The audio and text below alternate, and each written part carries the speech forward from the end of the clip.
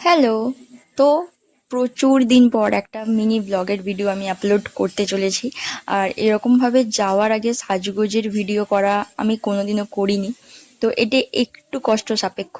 তো যাই হোক, যেটার উদ্দেশ্যে আজকে এরকম গেট রেডি উইথ মি করা, সেটা হলো, তো আজ আমার এক কাকার বাড়ি মানসিক কালী পুজো। তো সেই উদ্দেশ্যেই এই রওনা দেওয়া। আর সত্যি বলতে এই সাজের মধ্যে আমার যেটা সব থেকে পছন্দের ছিল সেটা হলো ওয়াইল্ড স্টোন। হ্যাঁ, আমার কাছে তো সবসময় এটাই মনে হয় যে nothing can bit this smell. সত্যি অসাধারণ লাগে ওয়াইল্ড স্টোন আমার কাছে। তো যাই হোক, খারাপ ভালো আলো কম বেশি তার মধ্যে মোটামুটি যতটুকু সম্ভব রাত্রিবেলা রেডি হয়ে গেছি। আর পুজোটা হচ্ছে আমাদের বাড়ির 2-3টে বাড়ি পাশেই। তো তো চলো এবারে যাওয়া যাক সোজা মায়ের কাছে।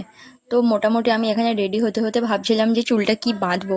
তো প্রথমে তো আমি খুলেই ছিলাম, দেন মা বললো যে রাত্রিবেলা চুল খুলে রাখার কোনো দরকার নেই, চুলটা বেঁধে ফেল। তো প্রথমে তো আমি এরকমই করেছিলাম, দেন মায়ের কথা শুনে তারপর আমি একটু চেঞ্জ করে ফেললাম হেয়ার স্টাইলটা। তো ব্যাস, আমি পুরোপুরি রেডি এটা দেওয়ার পর।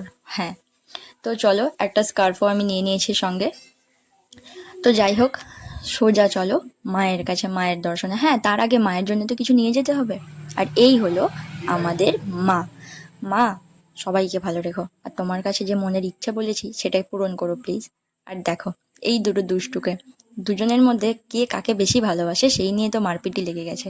তো যাই হোক, এদের পর্ব শেষ হবার পর এবার চলে গেলাম মায়ের ভোগ খেতে।